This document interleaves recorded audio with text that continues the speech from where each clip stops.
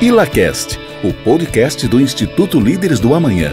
Porque ideias e somente ideias podem iluminar a escuridão.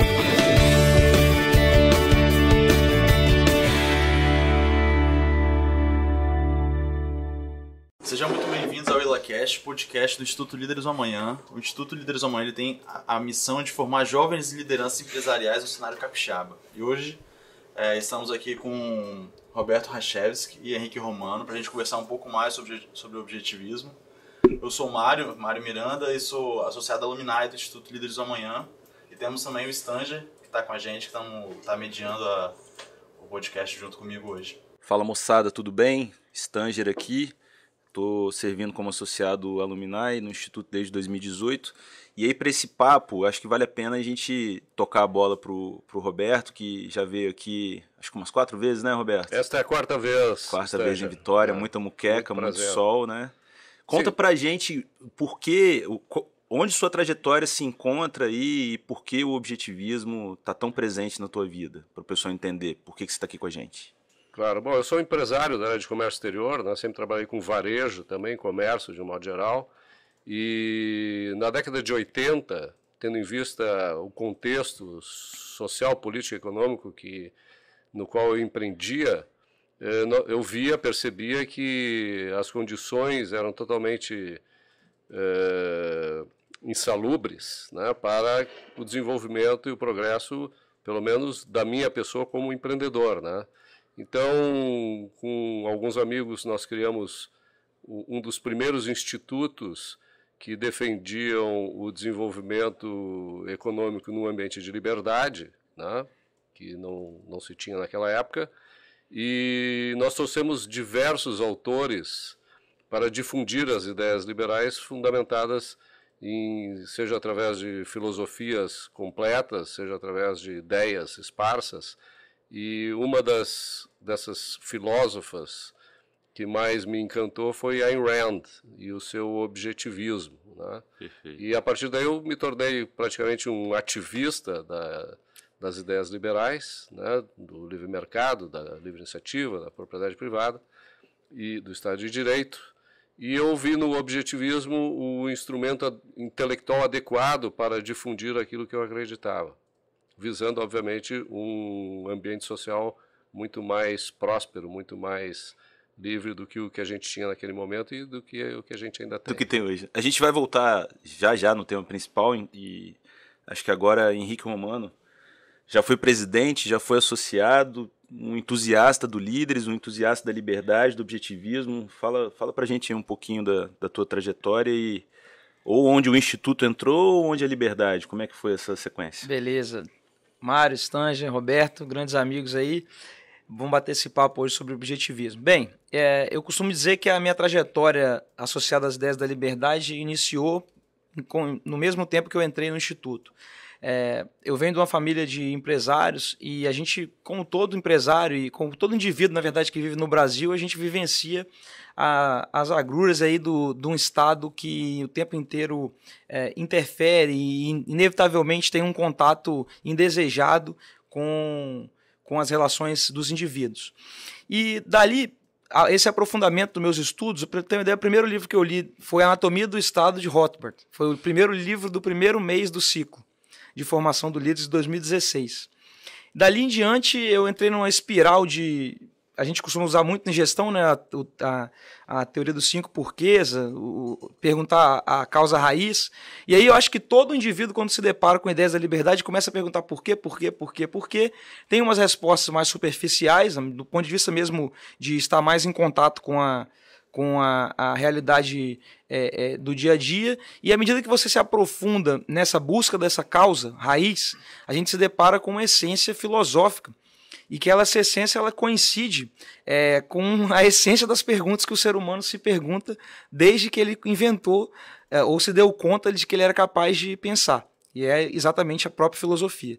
Daí é inevitável ter que buscar algum sistema filosófico ou embasar ideias do ponto de vista filosófico, para entender naturezas fundamentais da própria essência do pensar e da natureza da realidade. Então, o objetivismo, ele é, do ponto de vista do arcabouço de ideias que formam o que a gente chama hoje em dia de ideias da liberdade do mundo ocidental, é uma teoria extremamente nova, considerando que no Renascimento a gente tem ali uma avalanche de crescimento da produção intelectual associada ao que a gente chama hoje de ideias da liberdade, mas o objetivismo até o Instituto Ayn Rand costuma dizer, como se fosse o novo iluminismo.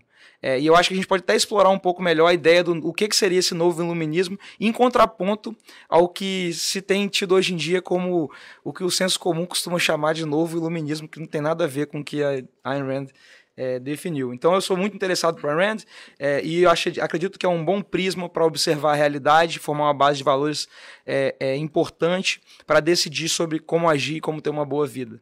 Perfeito. Depois que a gente teve uma introdução um pouco sobre cada uma das perspectivas dos dois, de como chegou até conhecimento sobre a autora e sobre o objetivismo, eu acho que seria legal a gente fazer uma introdução sobre quem foi Ayn Rand, né, Henrique? Eu costumo brincar que muita gente confunde, e o Roberto que me chamou a atenção disso pela primeira vez, eu acho, porque eu também já falei muito Ayn Rand, e o correto é Ayn Rand.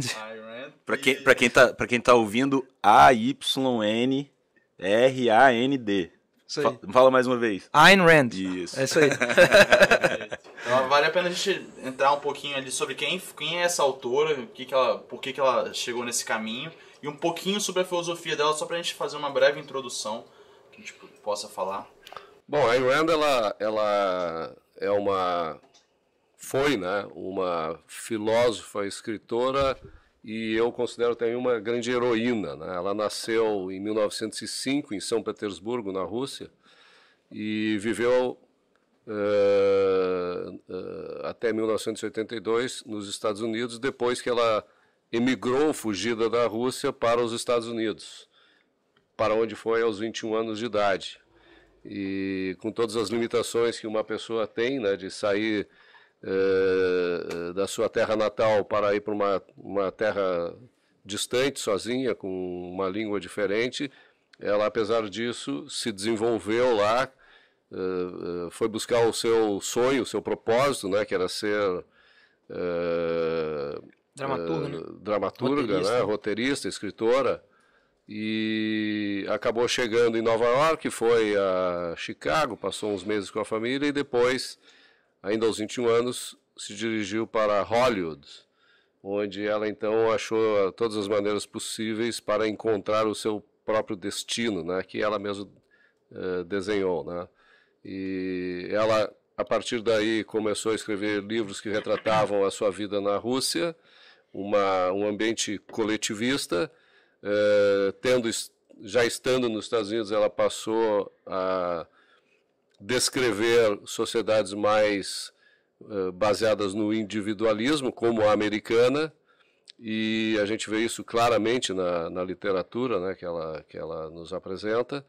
E, finalmente, na sua obra-prima, ela apresenta a visão dela, prospectiva, no que os Estados Unidos estava se transformando a partir dos modelos políticos que desenharam as relações institucionais americanas ao longo da década de 30 e a partir daí, né? Quer dizer, os Estados Unidos se tornando praticamente aquilo da onde Ayn Rand tinha fugido, né? A União Soviética,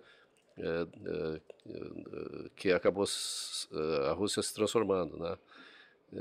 Basicamente, eu acho que eu da vida dela é isso aí, né? De mais destaque. E entrando na filosofia que ela desenvolveu em si, né? O objetivismo.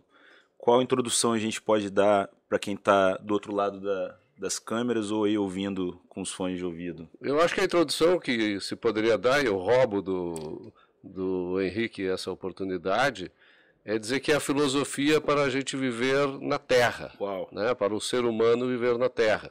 Por quê? Porque, como toda filosofia, faz uma análise profunda, radical, né, da natureza, da realidade, e como nós fazemos parte da realidade, como nós somos, digamos assim, o principal ingrediente que se pode encontrar na natureza, nós, que eu digo os seres humanos... Principalmente do nosso ponto de vista, né? Do nosso ponto de vista, nós somos o principal, cada um de nós, né? Cada um de nós indivíduos. É o único que interessa, né, na realidade. Então, porque só nós podemos ter pontos de vista, né, efetivamente, porque só nós podemos pensar, né? Então, é uma filosofia que analisa metafisicamente, ou seja, tem uma teoria da realidade, analisa epistemologicamente as coisas, ou seja, tem uma teoria sobre o conhecimento, estabelece uma determinada ética, uma série de princípios morais relacionados com valores, né, com escolhas, com virtudes, que são o guia exatamente para a gente viver na Terra, né, nesse ambiente em que nós habitamos, talvez em Marte, quem sabe, né, também. E também trata de política, porque a ética estabelece os parâmetros para o nosso relacionamento com a realidade, com a existência, né?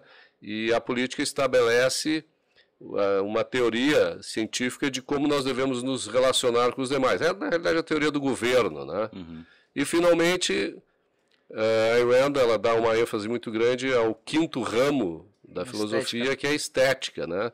Que nada mais é do que a arte de se materializar aquilo que está contido na nossa mente, a nossa visão metafísica da realidade, materializada através do nosso código de valores, né? Só um parênteses aqui em relação à estética. Tem uma frase da Ayn Rand que eu gosto muito das entrevistas dela.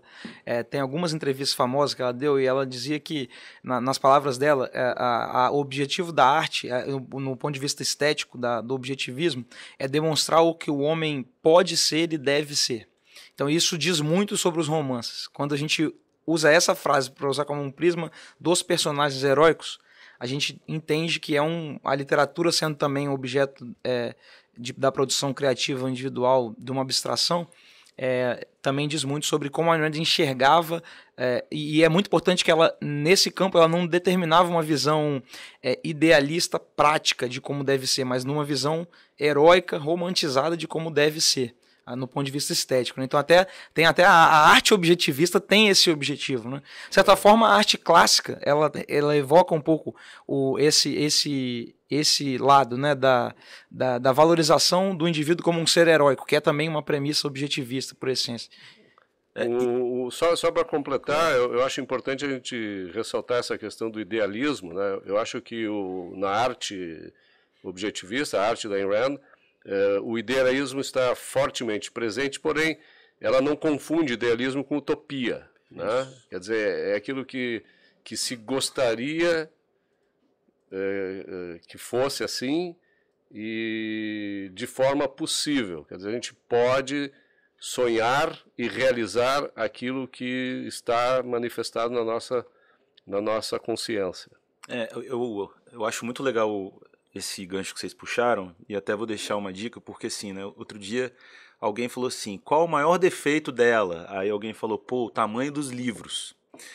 Mas os livros são grandes e cheios de detalhes, porque justamente eu acho que, na minha visão, eu já li Revolta de Atlas, A Nascente, livros aí de 900, 1.200 páginas, essa parte da estética, ela está muito traduzida na riqueza de detalhes dos livros, que é justamente para conseguir transmitir para a gente o que ela queria. Assim, tem a ver isso que eu estou falando? Olha, eu responderia para quem diz isso da seguinte maneira. É inacreditável que uma pessoa possa ter resumido em 1.200 páginas a realidade como um todo. Né? Exatamente. Pode encerrar o podcast. Não só a realidade, mas sim, aquilo perfeito. Que a gente pensa a respeito da realidade, e ainda mais uma filosofia estruturada para demonstrar como é essa realidade e e o potencial que ela tem para nos permitir ter a melhor vida que a gente pode encontrar e construir Se me permite ainda, Roberto, eu acho que é uma visão aceitável a pessoa achar extenuante, cansativo ler uma obra longa dessa forma, comparando a média das obras, que normalmente as obras, inclusive, correspondem a um padrão editorial comercial do seu tempo, né? Então, de modo geral, as obras de um mesmo ano, de um mesmo público, elas costumam ter a mesma extensão. Não sei se vocês já observaram isso. Todo livro de gestão do aeroporto da mesma época, ele tem mais ou menos a mesma quantidade de páginas. De modo que, geralmente, o autor ele fica ou prolongando muito ou encurtando a sua ideia, para torná-lo mais comercial e satisfazer um consumidor de determinado período. E junto com isso, eu trago outro ponto, que é a Ayn Rand ela teve uma preocupação muito grande, ela demorou 10 anos para escrever Revolta de Atlas.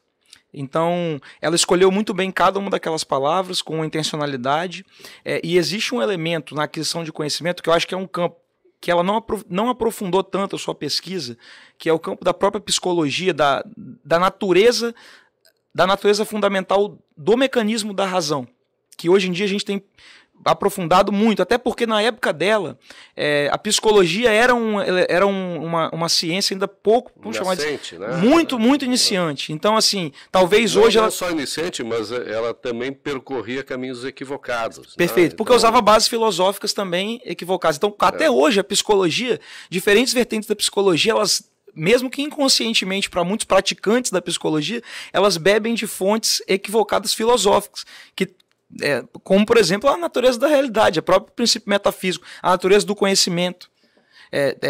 Essa premissa é fundamental para a definição do eu enquanto indivíduo pensante, tomador de decisão, confiante, que é capaz de aplicar os valores que o objetivismo traz como importantes para o indivíduo.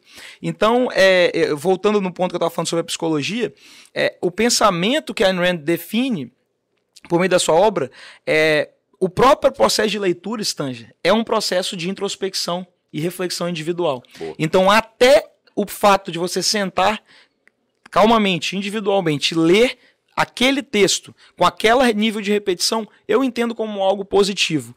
De modo geral, a gente tem a tendência a buscar frases prontas, jargões, receitas que nos dizem como a gente deve pensar.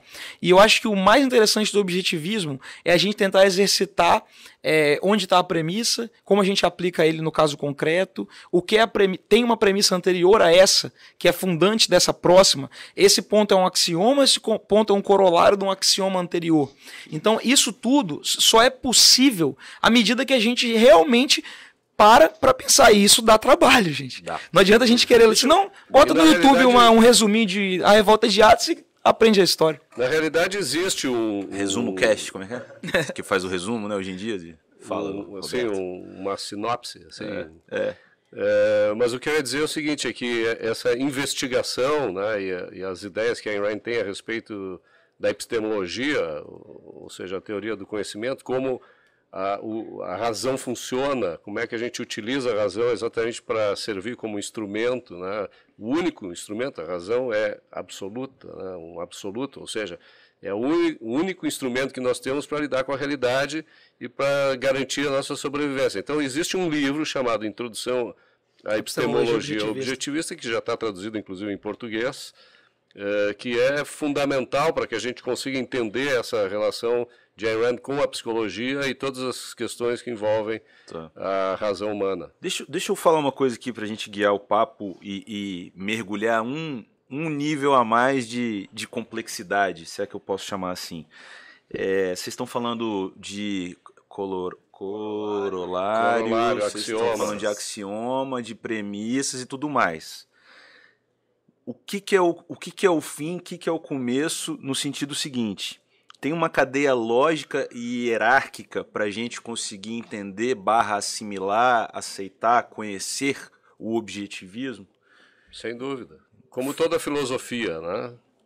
Toda filosofia coerente, ela é estruturada de uma maneira hierárquica, né? Começa-se com o que é mais fundamental, o mais básico, aquilo que tem primazia sobre qualquer outra coisa, que é a realidade, né? A realidade é da onde a gente tira todo o nosso conhecimento, todas as nossas conclusões a respeito da existência, né? A realidade nada mais é do que aquilo que existe, né? Então, é aquilo que há, Roberto? Tudo que existe é algo, né? Todo algo tem uma identidade, né? Que é a soma das suas características. Ora, a soma das características de A só pode ser igual às características de A. Mais alguma coisa. De A, somente de A, correto. E somente de A. Né? E aí o axioma fundamental da natureza da metafísica objetivista é: a realidade existe. A declaração... a existência existe, né? A existência existe. Então a gente parte disso, de que É um axioma irrefutável. A realidade. A existência existe. Ninguém pode dizer que não existe. Então né? ela não criou nada. Não falou, vou interpretar tal coisa de tal jeito, quem quiser acreditar vem comigo. Não, a base de tudo é a realidade está posta. A base dela de conhecimento é através do método científico indutivo, ou seja, através da observação, da experiência, da testagem, né, da análise, e aí então aplicando também a lógica, né, ligando com objetividade, né, a nossa consciência, como a gente conhece, como a gente checa as premissas, como a gente identifica os erros, se aquilo funciona ou não funciona, se aquilo é verdadeiro ou não, ela parte sempre da realidade, e a consciência é um instrumento através do qual essas leis que regem a realidade permitem que a gente adquira esse conhecimento e passa a agir da maneira adequada, considerando determinados valores. Perceba que o Roberto, na hora que ele estava fazendo esses testes, ele estava usando campos que dizem respeito à natureza do conhecimento em si, e não mais da realidade. Então, o uso da razão para entender a realidade já está num campo da natureza do conhecimento. Qual a natureza do conhecimento? Ele está sujeito a essas perguntas. E aí eu diria... Quando a gente vai falar de conhecimento, a gente tem que perguntar, conhecer o quê? Conhecer o quê? Né? Que aí a pergunta fundamental é, então alguma coisa existe. Fazendo um adendo aqui comparativo, se a gente pega René Descartes, por exemplo, discurso do método, qual é o statement da declaração fundante do método cartesiano? Penso, logo existo. Compara essa declaração com a declaração a existência existe. Ela é a mesma coisa ou ela é contraditória com essa declaração? Ela é altamente contraditória. Claro. Porque na natureza do pensamento cartesiano, que em vários pontos, do ponto de vista até epistemológico, ele, até mesmo, vamos pensar assim, do ponto de vista do método científico, ele dialoga bem com o objetivismo, de investigação da realidade, sim, integração de conceitos por meio da observação e uso dos sentidos. Tudo isso é até, de certa forma, comum. Mas no paradigma fundante da metafísica, ela é oposta. Porque não é penso, logo existo. Eu existo independente de pensar ou não, porque eu existo junto com tudo o resto que existe. Na verdade, nós estamos criticando aqui o racionalismo. Exato, né? Que é constantemente confundido com o objetivismo, né, Roberto? No qual a primazia é da consciência sobre a realidade, né? Ou seja, é praticamente como se a gente criasse a realidade, né? Enquanto que Ayn Rand, ela diz exatamente o contrário, que a realidade existe independente da nossa consciência. Nós temos apenas a capacidade de conhecê-la e não de criá-la. E aí cabe um adendo aqui, que eu me entusiasmo com esse tema, em relação aos sentidos. Ela diz que o instrumento fundamental pelo qual a gente percebe o mundo exterior é associado aos nossos sentidos, que eu acho interessante adicionar isso. A gente conhece hoje 5. Não quer dizer que talvez daqui a 1000 anos vai descobrir que tem 100.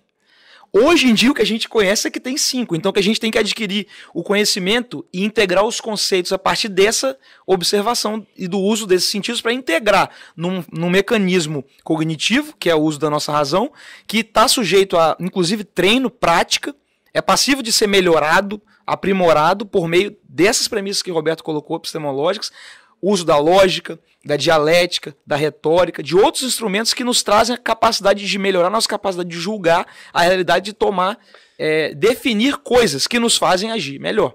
Então, assim, não quer dizer, se o ser humano, ano que vem, descobrir que tem um Bluetooth entre os indivíduos, e que isso era alguma coisa que as pessoas, de certa forma, elas tinham uma certa... uma desconfiança de que isso existisse.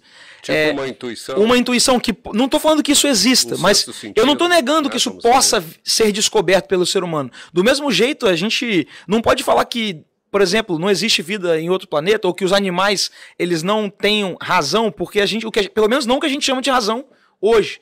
E até essa questão meio de nova língua, que é uma coisa muito perigosa, a gente tem que fazer eu sempre, quando falo de anônimo, gosto de falar isso. É fundamental fazer um acordo lexical entre os indivíduos que estão discutindo isso. Porque às vezes você está falando de razão e o cara está chamando razão de outra coisa. Na cabeça dele, razão não é o que você está achando que é razão, sabe? Então, eu gosto de fazer sempre esse disclaimer aí sobre os sentidos e sobre o conhecimento que a gente tem hoje sobre essa natureza do conhecimento em si. Eu queria acrescentar só um ponto que eu acho fundamental aí, e tu falaste em vários pontos importantes, mas tu só falaste agora no final, usando o léxico um pouco mais elaborado, né? Mas a coisa mais importante para nós, seres humanos, na realidade, nessa lida com a realidade, é de que maneira a gente vai trazer a realidade para dentro da nossa consciência, né? Porque nós, como os outros animais, observamos a realidade, tá? Nós temos 5 sentidos, nós temos a capacidade de perceber a realidade. Agora, como é que a gente vai pensar a respeito da realidade? Os animais não pensam a respeito da realidade, eles são programados automaticamente para reagirem aos estímulos naturais que têm, como dor, como prazer, as ameaças contextuais, né, que podem eventualmente surgir, mas nós não, nós precisamos pensar para podermos agir perante as coisas da realidade, tá? E o que nos permite fazer isso é a capacidade de criar conceitos, é o fato de nós dominarmos a linguagem. A linguagem é o código audiovisual que permite com que nós transformemos infinitas coisas da realidade em uma única unidade que nós conhecemos como conceito ou palavra, né? Então, infinitas concretos, perceptos da realidade podem caber na nossa mente e a gente pode lembrar disso e a gente pode então pensar a respeito disso para poder integrar esses conceitos todos, sejam eles concretos, existentes na realidade, ou abstratos, né, tipo amizade ou a ideia da morte, coisas desse tipo, né, que a gente vê, um carro está vindo na minha direção, o carro é um concreto, eu vou morrer, é uma abstração, né? Então, a linguagem é fundamental, e o objetivismo entende que a linguagem não apenas é fundamental para que a gente possa pensar, mas também de forma acessória para a gente se comunicar, né? Sem que a gente domine a linguagem adequadamente, é impossível a gente pensar e também, obviamente, é impossível que a gente se comunique com os demais. É chave a palavra domine a linguagem no objetivismo, porque normalmente alguém fala assim, fala mais simples. Não, não é para falar mais simples. Você tem que aprender a entender a linguagem mais complexa que você puder, porque isso vai te tornar mais capaz de entender a realidade. Não posso usar uma palavra que não seja léxico no caso que a gente falou agora. Você não pode usar uma palavra corolário para falar de axioma. Você não pode usar a palavra conceito para falar de um axioma, porque não é a mesma coisa. E eu não conseguiria traduzir, e ninguém consegue traduzir exatamente a natureza do pensamento e da abstração conceitual que está na cabeça de alguém por meio de uma palavra. Imagine se ela for pior ainda do que ela poderia ser. Rapaz. Então é ideal que a gente busque. Já é tão difícil a comunicação. Exato. Já é tão difícil, né? Quanto mais a gente conseguir ouvir o que as pessoas estão falando e elas dedicarem o máximo de esforço possível para escolher as melhores palavras que elas puderem para traduzir os seus próprios pensamentos sobre a realidade. Eu vou passar para o Mário, que ele vai fazer uma pergunta, mas eu vim pensando aqui, né, cara? Então a realidade existe, a realidade está posta. Quanto mais eu me desenvolvo nos sentidos, em especial o audiovisual, que é a dialética, mais eu vou ter a capacidade de moldar o mundo, de conquistar, vamos chamar assim, o fim para um ser humano se evoluir ou se capacitar nos sentidos e tudo mais, é poder moldar a realidade que está posta, porque o animal vive coletando alimentos, satisfazendo o instinto, etc. Eu diria de uma forma um pouco diferente isso. Digamos assim, todos nós seres vivos, tá, que temos consciência, nós temos, de certa maneira, a capacidade dos sentidos e até, muitas vezes, da percepção, porque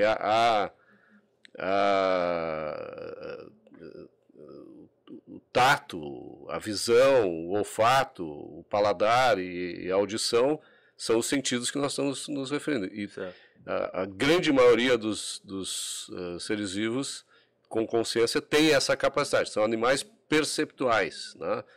Nós somos animais perceptuais, mas nós vamos além disso por necessidade existencial. Nós somos também animais conceituais, ou que vivem a partir das abstrações que nós conseguimos com a nossa mente criar, né? Não apenas criar, mas entender, né? Entender para criar. Tá? Então, são dois níveis de relacionamento diferentes, e o interessante é o seguinte, que os seres vivos não racionais, eles jamais conseguem estabelecer processos de abstração, tá? Mas nós, que somos seres capazes de criar abstrações, muitas vezes resolvemos viver apenas no nível perceptual. E é esse fato que faz com que o ser humano, em vez de pensar e agir de forma ética, moral, acaba tendo que recorrer a coisas que os animais irracionais se valem, como, por exemplo, o uso da força, o uso da coerção. Mário. Eu vou até aproveitar esse tópico. Depois que eu conheci a Ayn Rand, fiz alguns estudos, li alguns livros dela também. Eu gosto muito dos vídeos dela falando de como ela reage às entrevistas. Tive a oportunidade também de mediar a palestra com o Tautz Fanny aqui no fórum, então foi bem legal. E eu pude perceber... Tautz Fanny, que é o presidente do Ayn Rand Institute. Perfeito. E aí eu pude perceber que quanto mais eu estudava, mais eu aprofundava naquilo que ela falava. Vou trazer para assuntos mais práticos. A gente debate sobre muitas coisas, a gente traz muita coisa na realidade, e geralmente ele está no campo ali da política, né, da parte econômica. Então eu pude perceber como é que a gente reage devido a uma questão do governo, como que a gente tem que reagir sobre sobre o aborto ou sobre porte de armas. Aí eu fui me deparando com os meus pensamentos que para cada resposta que eu tentava dar, eu ia verificar cada vez mais os meus valores. E aí, no início, ele acaba sendo muito cansativo. Não sei se vocês passaram por isso. E ao longo do tempo, isso vai se tornando um pouco mais tranquilo, até que chega uma hora que, pelo menos eu tenho percebido que é muito mais fluido do que eu estava antes. Só que isso gera um desgaste. Tipo, existe alguma outra forma da gente... Tipo assim, isso é necessário, a gente precisa... Porque isso traz um desgaste muito grande, um esforço muito grande para todo mundo pensar sobre cada assunto que vai debater. Entende? Essa é a única forma. Sim, o que me permite, Henrique, como o Henrique disse, a filosofia objetivista, o objetivismo é uma filosofia muito recente, né?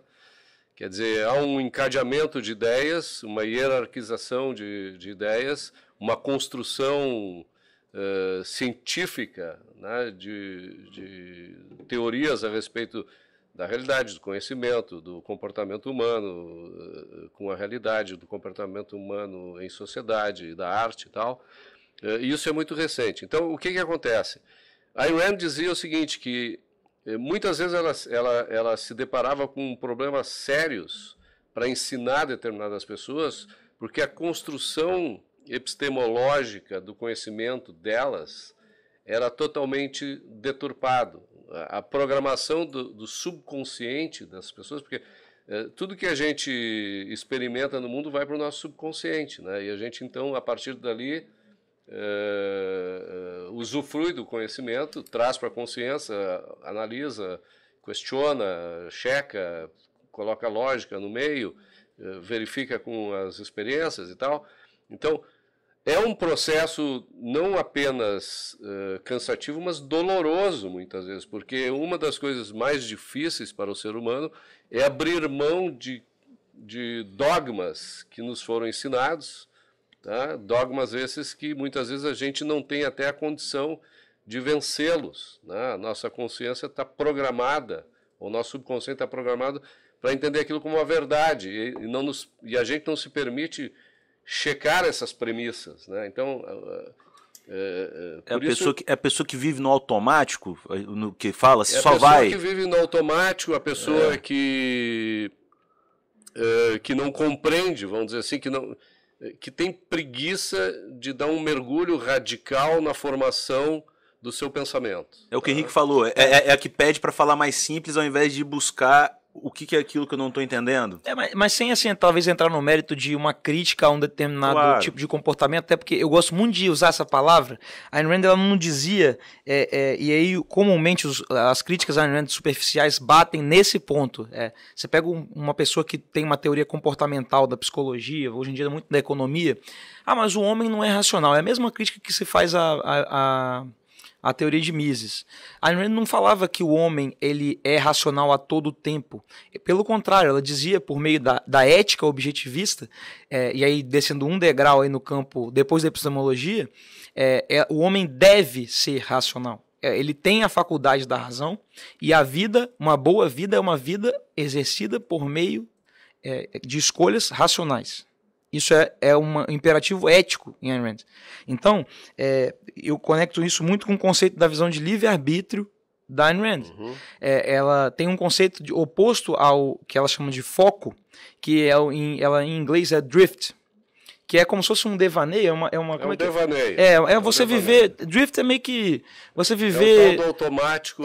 Isso. É o estado, digamos até que é o estado natural do ser humano. Eu estou tentando fazer tecla SAP aqui para os ouvintes. O estado natural, Stanger, o estado natural nosso, se for parar para pensar, é o estado de drift. Sim. Você não... O foco, ele demanda muito esforço. Hoje em dia, com os estudos da neurociência... Assim como é a pobreza. Né? Exato. Assim é o estado de natureza. É o estado de não exercício da razão, é o estado de escassez. E aí, toda a virtude do pensamento objetivista é de falar, poxa, como que a gente consegue alcançar a prosperidade? Quer dizer, como que a gente consegue alcançar um estado de abundância? Por meio do exercício da razão. Então, a gente tem que... O ser humano, ele deve, é um imperativo ético, ele deve... Não no sentido de deve, ele é obrigado também, tá? Porque ninguém é obrigado a nada, mas é uma escolha que é, do ponto de vista da filosofia, responder como viver uma boa vida, vivendo com o uso da razão. Mário, isso que você falou, essa resposta que você trouxe para mim é atualmente o meu objeto de estudo, é o que mais me angustia. E hoje em dia, eu diria que existem uma série de... Quem trouxe isso para mim foi a leitura de Taleb e do Jordan Peterson, que são opostos... Fundamentalmente, eles trazem ideias opostas do objetivismo. Mas, de certa forma, a tradição, ou essas ideias dogmáticas, elas têm, a rigor, algum tipo de conhecimento implícito. Nem que seja um conhecimento manipulatório, mas algum nível de conhecimento implícito tem. E essas simplificações, elas muitas vezes nos poupam de ter que tomar determinadas decisões, até porque isso é quase que qualquer um pode observar isso. Você tem que pensar para decidir tudo o tempo inteiro, você termina o dia, você só vai querer dormir. Exautado. É para isso que o cérebro humano criou evolutivamente mecanismos evolutivos, obviamente, de repetição de hábitos, de repetir costumes, e a tradição em escala social é uma tradução disso. Do mesmo jeito que você não pensa todo dia qual a ordem dos dentes que você vai escovar primeiro, a tradição ela cumpre um papel de ocupar a tomada de decisão dos indivíduos numa determinada sociedade. Agora, como isso foi construído por meio de observações, vamos dizer assim, incrementais, logo com algum conhecimento, ou também com intervenções manipulatórias de interesses aí que podem ser diversos. De instituições, institucionais, grupos, pessoas, etc. Então, acho que eu traduzo dessa forma. O ser humano teria um grande esforço de pensar para agir, mas é uma forma muito importante e principal. Aí que é o grande pulo do gato, eu acho. É muito ingênuo tentar agir 100% do tempo de maneira, vamos dizer assim, eu não vou ter que escovar o dente sendo racional, qual o dente mais rápido, mais perto, qual eu vou poupar mais tempo, onde atinge mais pasta, então eu vou usar a razão para cada um dos meus comportamentos. Obviamente que não, mas se você busca esse caminho e exercita isso muito, a tendência é você tomar melhores decisões. Então, eu acho que que o Roberto... Na verdade, tu reserva a tua consciência, o uso da razão propriamente dito, né? Essa faculdade que a gente tem para as situações mais complexas, né? Aquelas situações cotidianas, mais básicas, tu deixa isso praticamente automatizado no teu subconsciente. Então, mesmo que tu esteja desfocado, né? No sentido de tu não tá, o teu livre-arbítrio não te determinou uma escolha em favor de tu focar a tua mente para pensar exatamente a respeito daquilo. Tanto é que muitas vezes, por exemplo, a gente sai de carro, de casa, e não sabe como chegou no destino. Né? Só foi. Porque a gente não pensou no trajeto, mas a gente chegou lá por quê? Porque a gente estava habituado, o nosso subconsciente nos levou até lá, dirigiu, né, o nosso corpo, a nossa ação com esse propósito. Boa. Eu vou fazer uma pergunta aqui, o seguinte, a gente falou sobre sair do automático, usar a faculdade, ou deve usar a razão e etc. O ser humano vai usar isso para quê? E aí, vou lançar aqui, obviamente,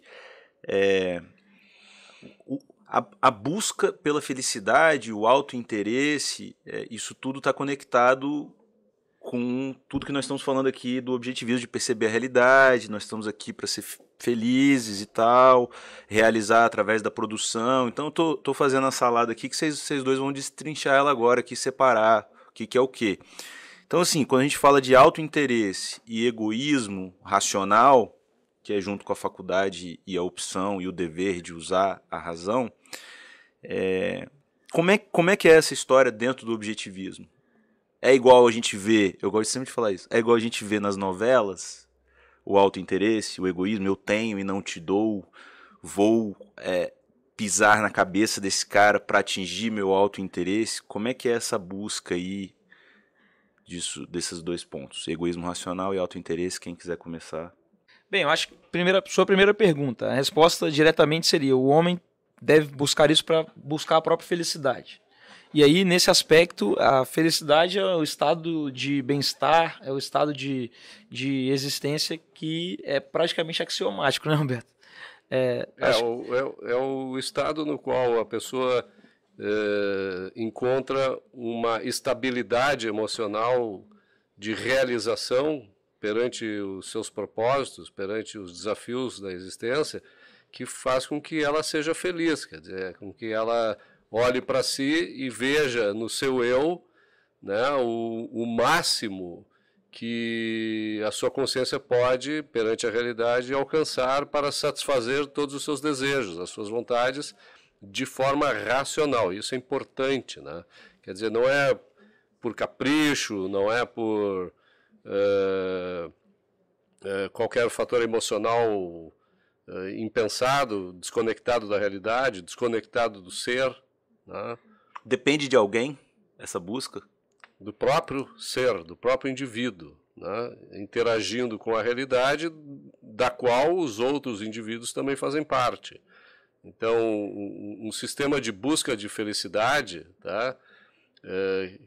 Que se desenvolve dentro do intelecto do indivíduo, ele necessariamente precisa, tendo em vista toda a potencialidade, porque a gente lida com a potencialidade do universo, né? Então, quando a gente vai desenhar o que seria a nossa felicidade, seria a realização de determinados propósitos que são concebidos a partir daquilo que a gente observa, daquilo que a gente conhece e daquilo que a gente almeja, né? Pode ser, inclusive, um pensamento em potencial, né?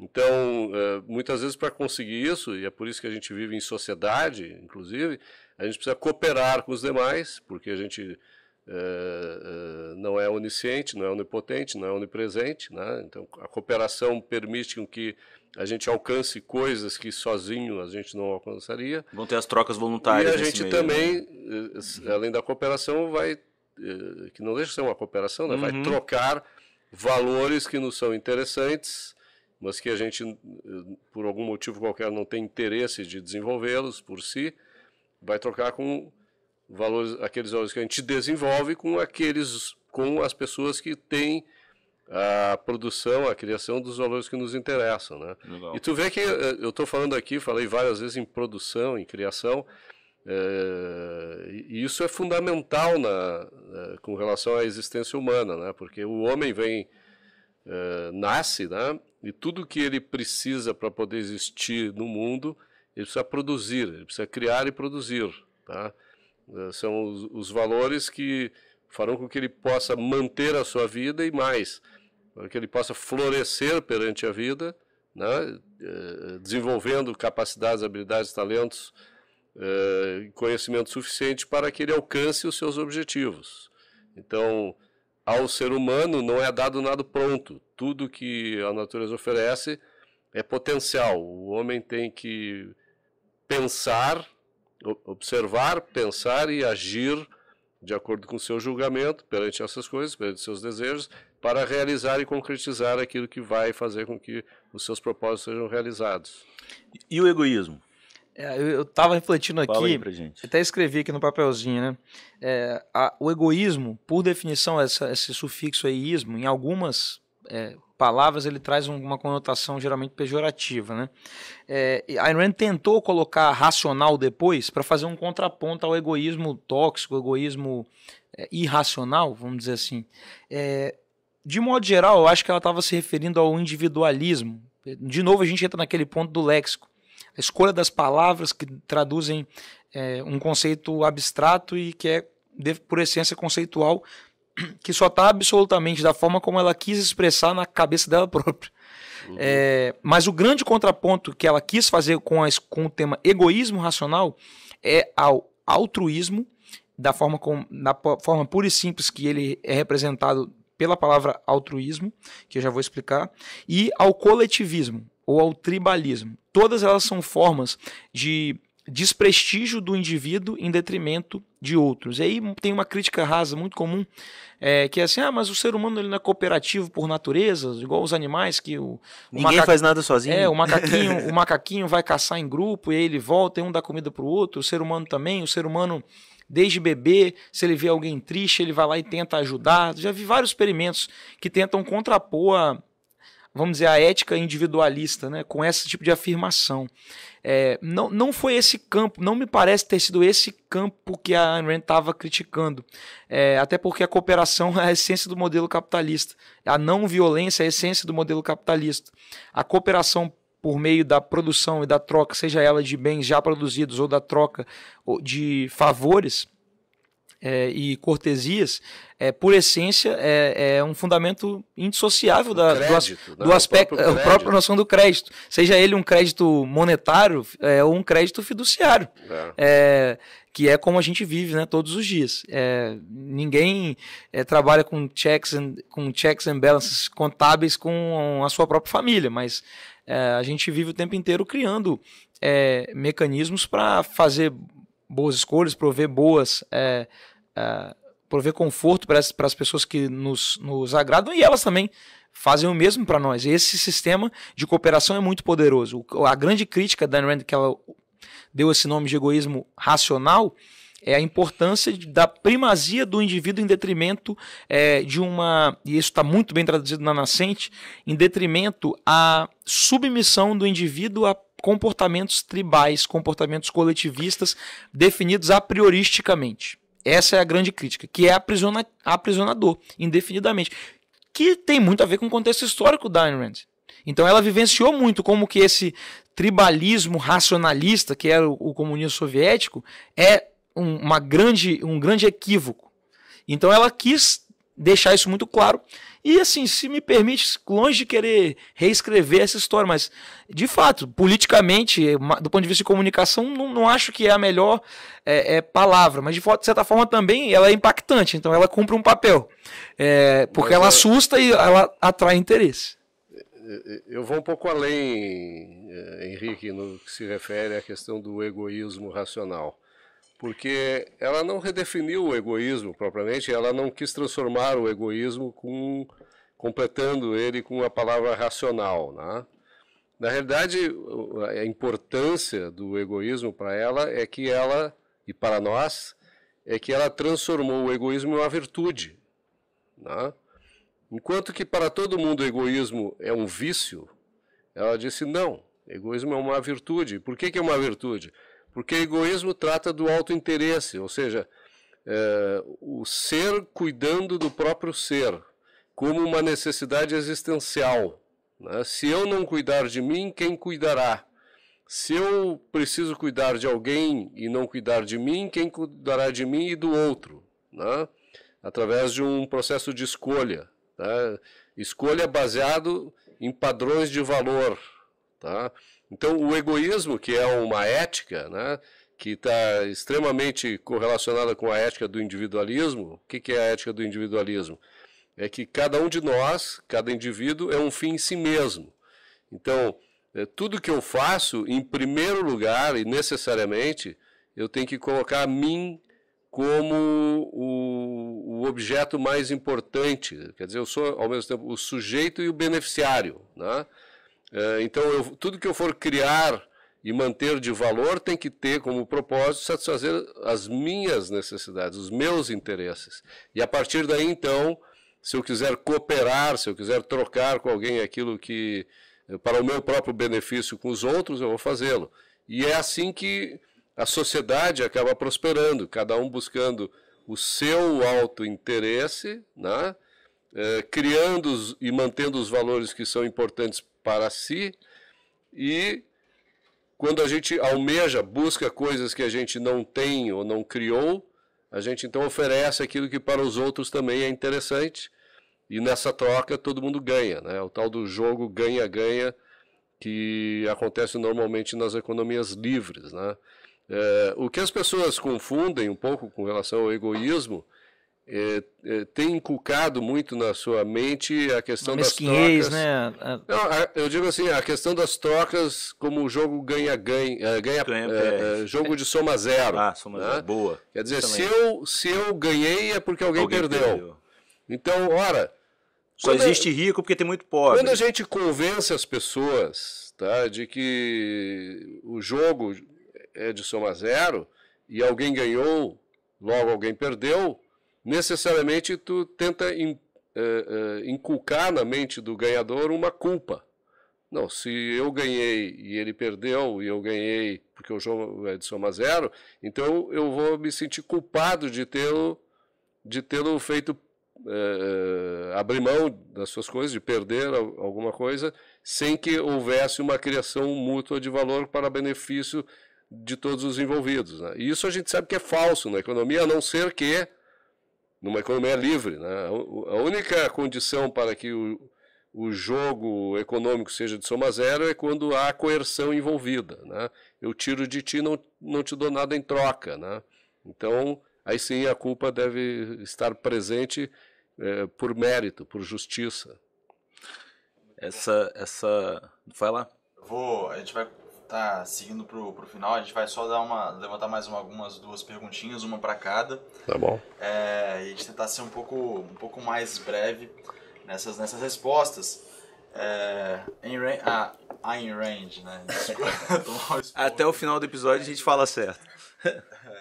Ela sempre foi muito crítica ao coletivismo, e o que você estava falando sobre isso agora, ela sempre prezou pelo autointeresse, né, pelo egoísmo racional. E aí eu fui buscar algumas perguntas com algumas das pessoas que eu sei que estudaram Ayn Rand, e uma delas foi o Hélio Pepe, que é o ex-presidente do Instituto Líderes do Amanhã, e ele fez uma pergunta especificamente para você, Rachevsky. Eu vou até ler aqui para deixar nas palavras dele para evitar esse erro. Sempre que surge um crítico a Ayn Rand, esse lembra do fato de que ela recebeu benefícios previdenciários na parte final da sua vida, porquanto teria defendido o fim desse tipo de programa pelo Estado, dado o seu caráter assistencial. Como você vê a conduta de Rand? Seria uma legítima defesa contra a expoliação que recebeu? Teria sido uma falha de coerência dela? Ou seria uma ação consonante com a sua máxima de que a realidade existe? Eu acho que é uma questão fundamentalmente ética, né? Porque se alguém tira de mim aquilo que é meu e num determinado momento promete devolver, como é que eu vou dizer não? Eu vou estar indo contra, em primeiro lugar, a realidade, ou seja, eu fui roubada daquilo que é meu. No segundo momento, o que me trouxe sacrifício, sofrimento. No segundo momento, se este ente que tirou resolve devolvê-lo, como é que eu vou negar? Não, eu estou sendo restituído daquilo que me foi tirado sob coerção. Então não há nenhuma contradição, seria uma contradição abrir mão deste valor, que é meu, para que aquele sujeito que tirou de mim desse para outra pessoa. Ainda mais no momento em que eu estou necessitado. Mesmo que não tivesse, né, o que é meu, e ainda que tardiamente, se me for devolvido, eu devo aceitar. Nos limites daquilo que te foi roubado anteriormente. Sim, de preferência. Às vezes não é capaz de ser apurado, então, de certa forma, não usando de fraude, força, coerção, ameaça, ela fez, ponderando valores, de fato...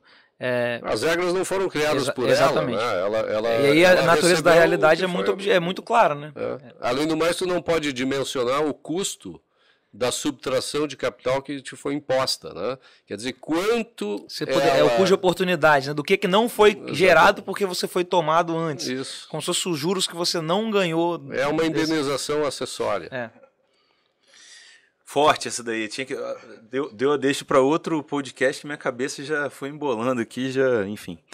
Ô Henrique, fazia a minha aqui então para você e depois a gente parte aí para os agradecimentos finais. Cara, dá para dizer que o objetivismo é uma filosofia completa para se viver essa vida que a gente só tem certeza que é uma só?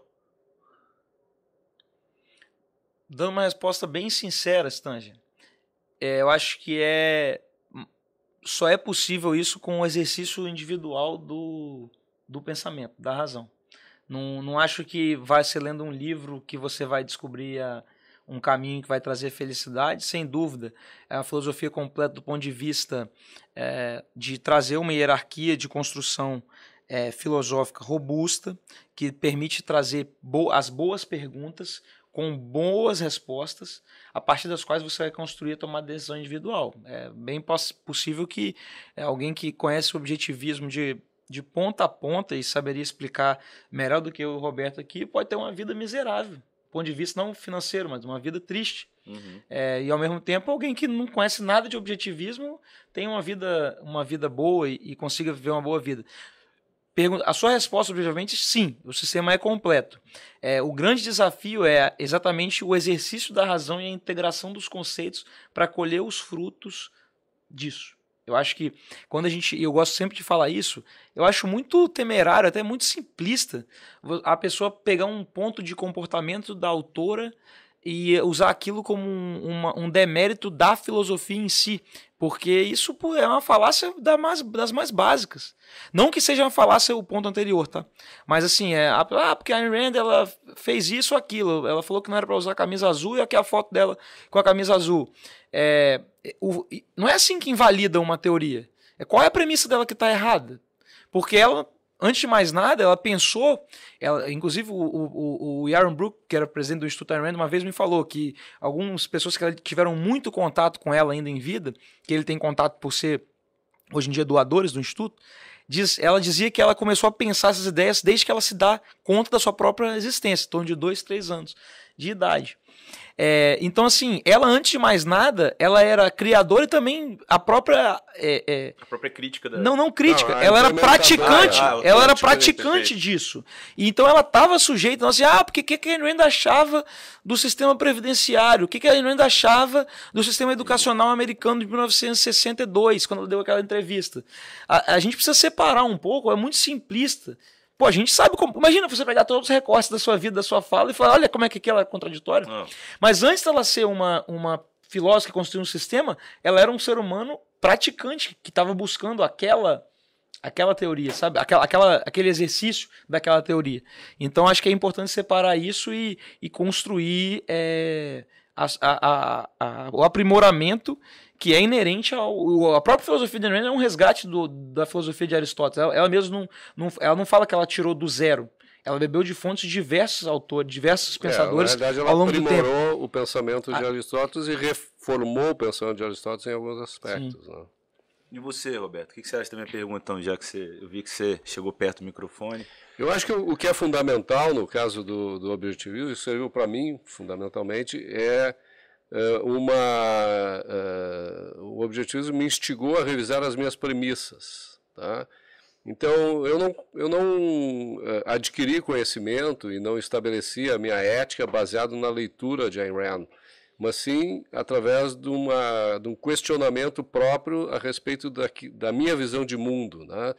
Eu vejo a filosofia da Ayn Rand não como uma descrição de como cada indivíduo deve viver a sua vida. Não, é um estímulo, ferramental para a vida, né, para que cada um consiga entender que nós somos seres racionais, que temos um instrumento absoluto para conhecimento da realidade, que nós precisamos conhecer a realidade, nós vamos focar a nossa mente para pensar, que nós precisamos eleger um padrão elementar, básico, fundamental, ético, que é a própria vida, né? A vida da gente, e que o propósito disso almeja a própria felicidade, né?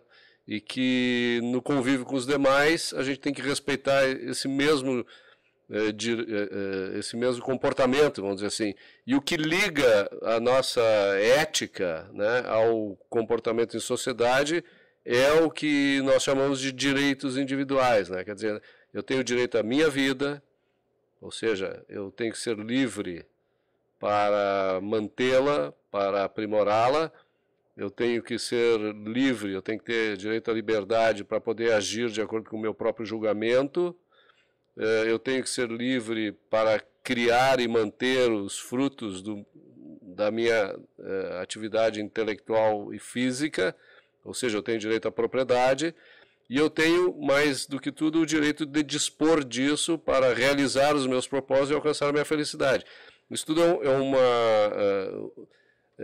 é a ponte que faz com que o indivíduo possa viver em sociedade como se ele vivesse isolado. Quer dizer, o indivíduo vive melhor em sociedade, claro, porque em sociedade a gente adquire mais conhecimento, a gente pratica o comércio, a gente coopera, troca, consegue ampliar de forma geométrica, né, a nossa capacidade de produzir riqueza. Mas se a gente vive numa ilha isolada, a gente pode agir, pode também produzir, pode também dispor disso sem que ninguém imponha a sua vontade sobre a gente. E os direitos individuais é essa transposição, né, que nos tira de uma ilha isolada e nos coloca no meio do Times Square com milhões de pessoas, podendo interagir com elas como se a gente estivesse sozinho, né? Excelente. Então ficou aí o que eu também concordo, eu acho que um grande ferramental, é assim que eu venho utilizando o objetivismo na minha vida desde que conheci no Instituto ali em 2018. Muita coisa mudou e eu acho que as mudanças elas são constantes a partir do momento que a gente pega esse ferramental, usa a nossa racionalidade, vai se desenvolvendo, vai revisando premissas, vai revisando conceitos e cravando ali nossos valores na pavimentação do caminho aí da vida, do sucesso e da liberdade, né? Bom, agradecer o convite, porque eu fui convidado pelo Mário para estar aqui compondo essa super mesa. Agradecer o Roberto, veio aí de longe para um evento nosso, para falar de objetivismo. Quem tem que agradecer aqui sou eu, é um prazer enorme sempre rever os amigos, vir a Vitória, que é uma cidade encantadora, e poder trocar ideias e aprender com você, sem dúvida alguma, né? Sempre uma aula. Afinal de contas, a vida é cheia de contradições, a gente precisa revisar as premissas e os amigos ajudam. Né, nesse exercício. Isso aí. Ontem o papo foi forte sobre isso. Agradecer Henrique Romano pelo tempo e a presença, um grande entusiasta do Instituto. É sempre um prazer servir ao Líderes e debater ideias, né? É isso aí, Mário. Muito obrigado a todos de verdade. Acho que a gente teve muito aprendizado aqui. Se eu fosse vocês, eu acompanharia tanto o Henrique Romano quanto o Roberto Rachevski nas redes. Vocês perceberam que eles têm um conhecimento gigantesco para compartilhar. E eu estaria muito mais reflexivo, né, buscando esses caminhos que eles tanto propagam com a gente. E o IlaCast tá no YouTube, tá também no Spotify. Siga nossas redes lá, né?